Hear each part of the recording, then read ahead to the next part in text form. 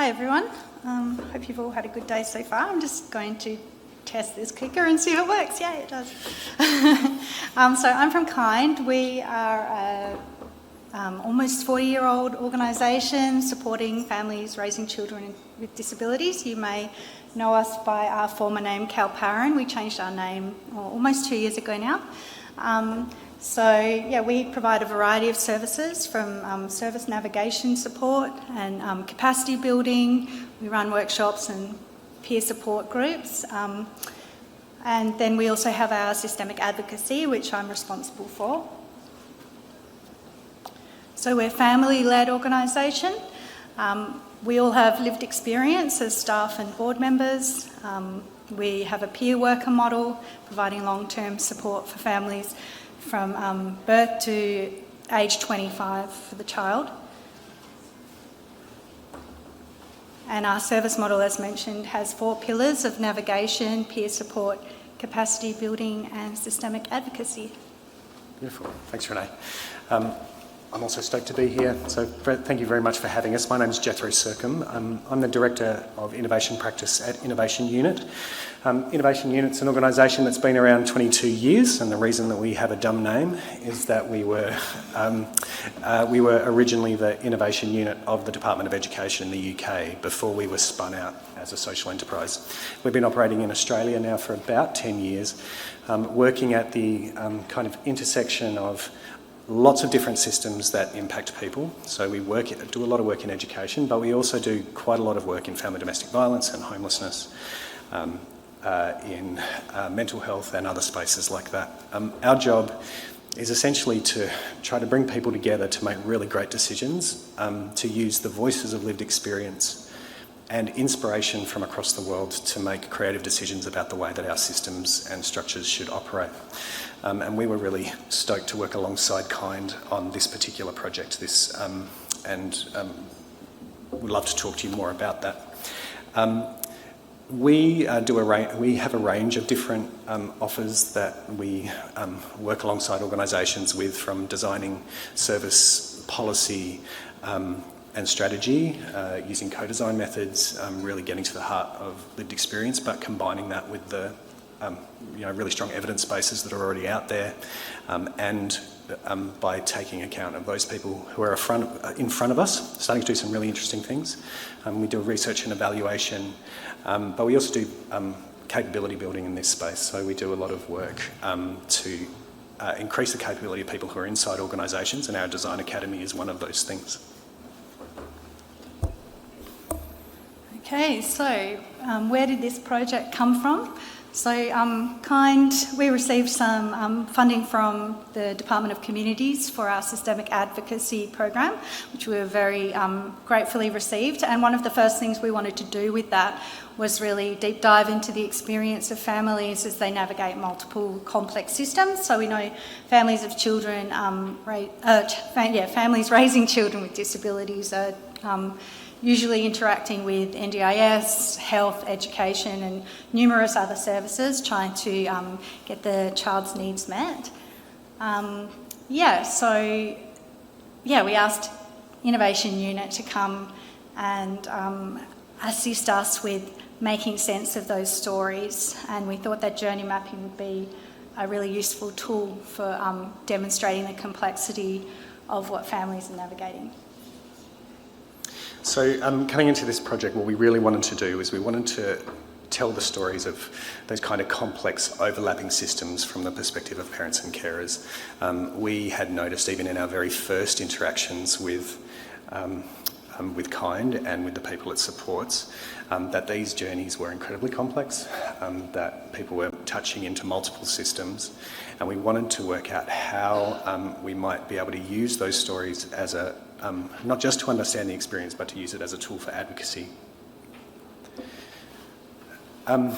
Journey mapping is a tool that we use a fair bit in our work. It comes out of service design, which is a particular practice in the design disciplines. Our approach to journey mapping really tries to listen well to a range of different people who are experiencing an issue and then to create kind of amalgam experiences. This is the very first journey map that was created. This is from Rail Europe. It's about in the 90s, I think, from one of the very first service design organisations in Europe, where they're trying to understand the end-to-end experience of someone as they go through a system, in this case, taking a rail journey. And a journey map has a kind of structure, and the structure starts here with awareness. Often this is the part of a service model that we would never ever think about. It's like, how do people find out that this service exists, or that the thing that I'm experiencing fits with that service? So how do I even know that the thing that I'm dealing with is a problem that I could get support with? And so that awareness phase is really important. There are then a range of other phases that happen across the life of a service or across the life of an experience. And those are punctuated by moments. And so you can see in the grey boxes here, we've just demonstrated one here about going to the doctor, for example, about these series of moments that people have as they experience a particular service or system. We then, once we've worked out what those moments are, we add a persona. And a persona is a semi-true character. So it's a character that is an amalgam of all of the different stories that we have heard of people. Sometimes we need multiple personas if the situation is incredibly diverse. Sometimes we can bring that into a kind of single, almost archetypical experience. We know that is not everybody's story. That's not the purpose of it, but it allows us to tell a story of what the experience is like. And so we then add these parts here, which are very hard to read, but they're about the kind of human experience. So yes, I've gone to the doctor, and yes, I've looked up the doctors when I first moved, but what was the human experience of that? And that human experience has an emotional experience. And so these kind of lines of fit show us the emotional experience. And then potentially we start to talk about insights, like what did we learn about those systems as we talk to those people? What might we do about those things? And we can add those things, those to our journey maps. Journey maps have been incredibly successful for all sorts of different projects. This is from the 100 Families project in New Zealand. This particular journey map tells the story of someone trying to find financial advice. It's credited in part with having the New Zealand government raise benefits in that country. This is based on a story that they call Charlotte's story. This No Wrong Door journey map was one that we developed for the homelessness system with the Department of Communities. What would a future system look like? How would it work? And these are by some colleagues over east in an organisation called MELD, doing journey maps of homelessness and housing centres and how they might work. And they've used spatial drawings here to make that work. This particular work, we wanted to get more close to people's direct experiences. Wouldn't mind if Carrie and Claire, do you mind pulling this one out here? So we developed this canvas 2 metres long that we used to undertake the interviews with 20 families who had experienced, or whose children had experiences of complex either disabilities or illnesses in their lives. So each one of these is a direct story. We had 2 interviewers, one person here showing the interview, one person doing the interview, another person writing furiously, and it has 3 levels. It has the central level, which we started with, is what is the journey of your child? Like, what's that been from the moment they were born through to where you are now? And that was the first journey that we told. And as we did that, we outlined in the bottom section what systems were you in touch with? What happened when you touched those systems? When you were touching education or NDIS or health, what was happening? And then at the very end of the interview, we went to the top and we said, and what was going on for you as a carer? What was happening for you in that experience? A story that people often don't tell. We then annotated those. You can see these big purple spaces. These were the moments in the journey that we thought, these feel like the most significant parts. And we also did these little stickers, the plus signs and the N signs, to point out to system players which part of this journey is yours, right? Which part of this is NDIS, which part of this is education, which part of this is health, so that they could come to them themselves.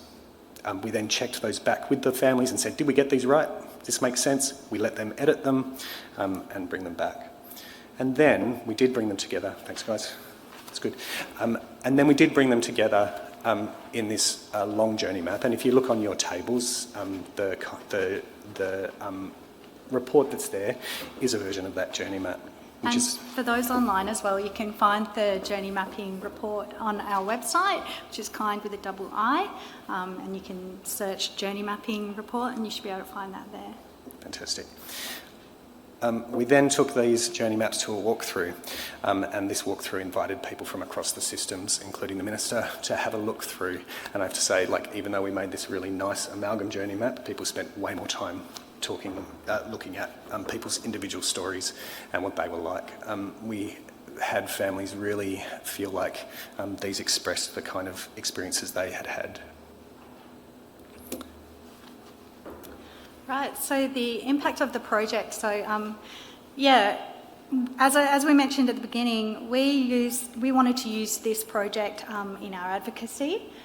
So part of the work that Innovation Unit did was to synthesise all 20 of those interviews and those very detailed journey maps into the key insights, which we do have an insight report also available here or on our website, and then setting these directions for change. And you may recognise some of these from your own systems and your own experiences too.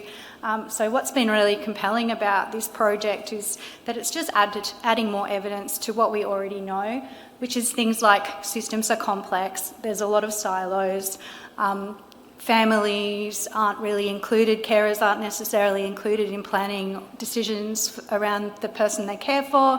And we've got a long way to go with inclusion in disability supports. So those directions for change have helped shape our systemic advocacy. So we formed a systemic advocacy reference group with families, and that's helping drive our advocacy efforts further.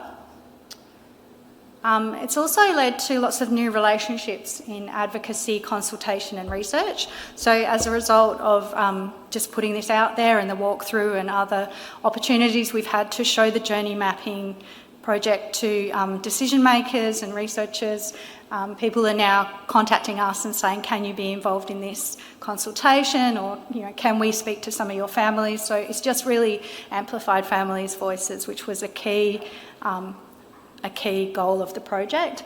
It has really assisted with the empathy building, as Jethro was saying. People spent a long time reading the whole journey of families because there's something really powerful about reading somebody's story in their own voice and seeing that raw data. Service and system improvements. So again, some of the insights that we've shared, people within systems can identify, we've also noticed this is a problem, and let's work together to look at how we might solve that issue for families. Consultation and engagement, as mentioned, and verifying what is already known and intuited. So I think everyone already knew there were problems, but now we have evidence. We can use that. We can cite this document when we're writing submissions, and you can too. So why do we use journey mapping as a kind of approach to research in this way? This is what a normal research project, I just Googled this one based on the same content. So this particular content talks about the way that relationships are strained for primary carers when they're involved in this kind of thing. And this is how we present the same story. And this is really about connecting the head with the heart. So often when we are doing research, we are almost intentionally removing the heart from the work. Journey mapping really gives us an opportunity to put that back in. So whilst we still have the kind of same things that you might have seen previously, the kind of insights that you might see in a normal research report, we are also telling this story, and we use comic makers to develop our journey maps, and there's a really great group of academic comic makers at Edith Cowan University that we use a fair bit, who can really give us the sense and feeling of what these experiences are like. The other thing as well is that when we look at our systems, like communities, NDIS, health or education, from within those systems, those feel coherent. It makes sense that health is health and NDIS is NDIS and communities is communities. But we know what happens when we put those into silos. And often the image that we then draw, if we're trying to talk about families and how our systems need to support them, is we'll do this kind of family in the middle kind of picture, right? That's how we would usually draw it. But to me, that still looks like this, right? Family in the centre of systems that actually don't really have to talk to each other in any way, or don't really have to think about what the end-to-end experience is. They can still just stay in their slot, even if they're thinking that the person is in the centre.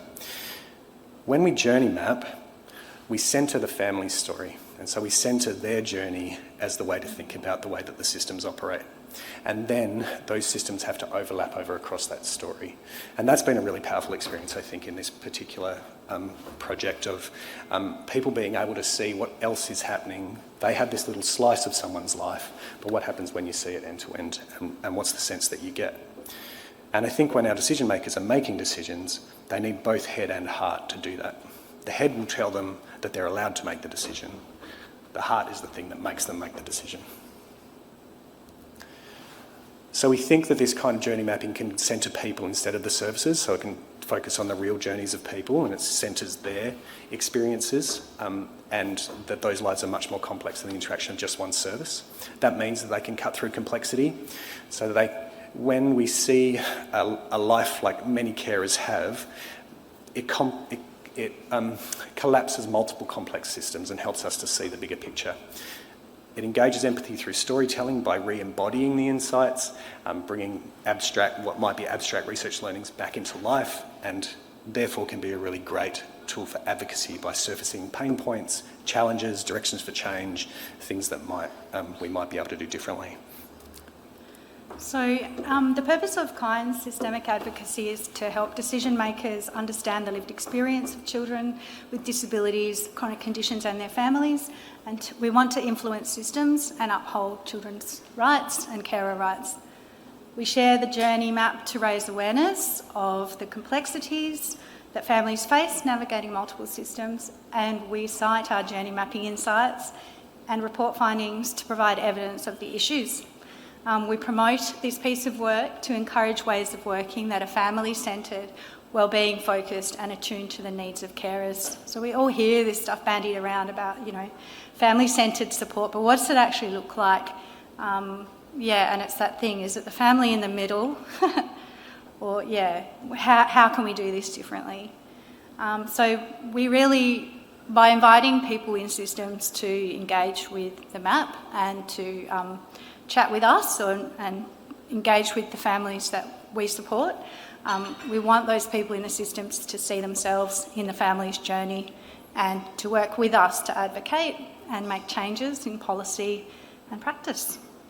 I know that you've had stories from people within systems around how they have experienced finding these maps. Yeah, a lot of people. As again, it's been like a sense checking for them too, so they can see themselves in it. And other people in systems have used it to train their colleagues in. Well, that mum who was really aggro, and you don't like dealing with disgruntled customers. Well, look at the systems that she's probably dealing with, and you may just be the last straw for that parent on that day.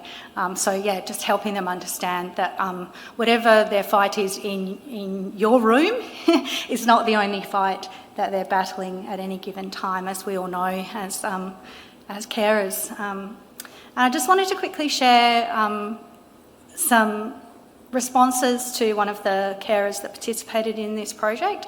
She couldn't be here today, but she wanted to really share the impact for her. So she said, taking part in the journey mapping project has been a privilege and fundamentally life-changing positive experience for me and my 3 daughters.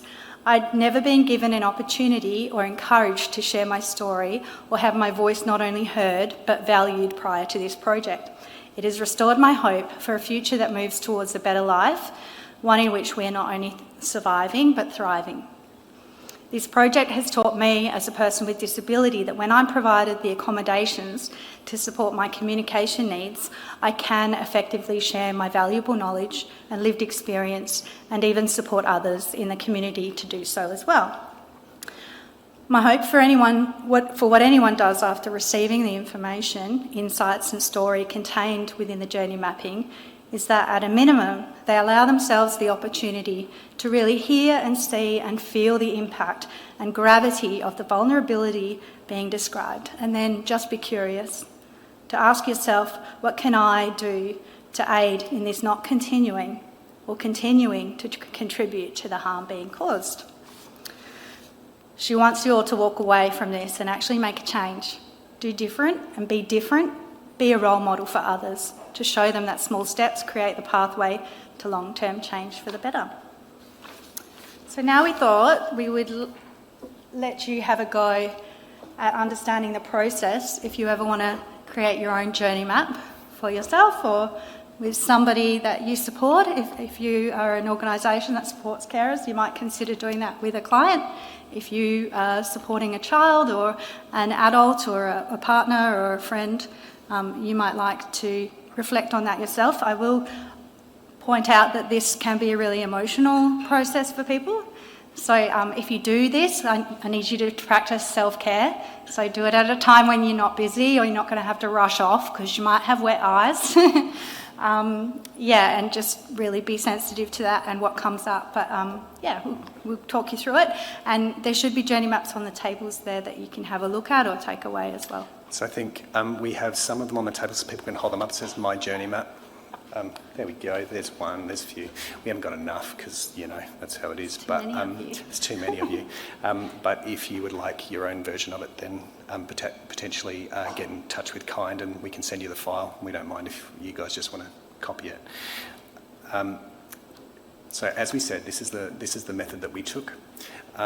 We start with the middle section, and worth saying as well that with this process we prototyped and tested this method before we ended up with the final version, and so it was really great to work with Kiind where I think did you go through one of these interviews? No, some of our colleagues did though. Yeah. So we used the Kiind team who all had a lived experience, and we used some early prototypes of the process to check a couple of things. One, did this feel safe to do? And if not, what did we need to change about that? And we did make some tweaks to the way that the process worked so that they felt really safe doing it. The way that we start doing journey mapping in this case is that we just started with a conversation about what your journey of your child is. And so we start with the middle section, the yellow, and in the situation that you guys might have where you're not working with kids, it might be the situation of your loved one or whoever. And you say, what's their situation and what's that journey been like? People are really good at telling you that story because it's been the focus of their lives. And so they can say, in 2010 this happened, and then 2011 this happened, and 2013, and they'll plot out a story. And so you just jot down and write out that story. As they do that, notice the systems that they are in touch with. And so you are writing down the bottom, they're in touch with a GP here and a teacher here and a doctor here. Who are the people that have been supporting them along the journey, and put that down in the bottom section. That becomes particularly useful for future case management. I think that could be a potential use for that, is to really think about how people you might use this as a way of seeing the network of people that are involved in people's lives. And then last, we ask them to reflect on the story of their child and ask them what's going on for you. In that particular moment, what was happening for you and what was it like? That is a thing we never talk about. No, a lot of people, had said, nobody's ever asked me that. Yep. In all of the meetings I've had, in all of the appointments we've had, from diagnosis onwards, nobody's ever asked me what's the impact of this on you. We, I think even in that case, found some almost therapeutic responses from people to say, seeing it all in one place like this over a long journey really makes sense. In the back half, you can see the yellow kind of triangle section. I'm trying to get back. There we go. We decided that we would pop out this section as well to say, that has been the past, what's the future?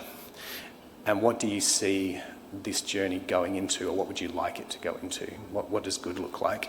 We asked that question so that it could suggest future change for system leaders. And that's the way that we went with that. So if you flip over your sheet, and this is an adapted version, you'll see that the future section's there. So we encourage you to use it however you'd like to, and however you think will work. And we are out of time. We've got 30 seconds left if anyone has a question. I've got one question here for you, if that's okay, just a quick one. What are the key findings and take-home messages coming from this work, and what could academics do to further contribute to using and implementing this tool to create system change? I know that's a hard one for 30 seconds, but... So I think the kind of key finding, if I was looking at it, was the way that systems work together. And we heard multiple stories of people who are saying the NDIS will pay for the wheelchair but not the gas, or you know, the parts of things in the way that those don't make sense when you bring the stories together, that people can see that they don't make sense, and so using them for advocacy in that way I think really helps. In terms of academics, I think academics got to get a lot better at storytelling in their work, and I think that these methods, because the research is amazing, there's so much good data in it, there's so many amazing stories of people, but they're inaccessible, and so I think using these kinds of methods for storytelling can help that research have impact and get to implementation faster than it would otherwise. I think the other thing to note probably would be in those directions for change. So there are 11 directions for change. Some of them are already things that systems are responding to, like the Child Development Service Review had models in there around having allied health services working in schools, and that was one of the directions that was pinpointed in our project. So again, it's like looking at, well, what's already happening in research and systems that the directions for change are adding weight to, or which directions have kind of been highlighted through this project that need the most urgent attention for further research as well. Thanks so much. Brilliant. Thank you very much. Big thank you to Renee and Jethro.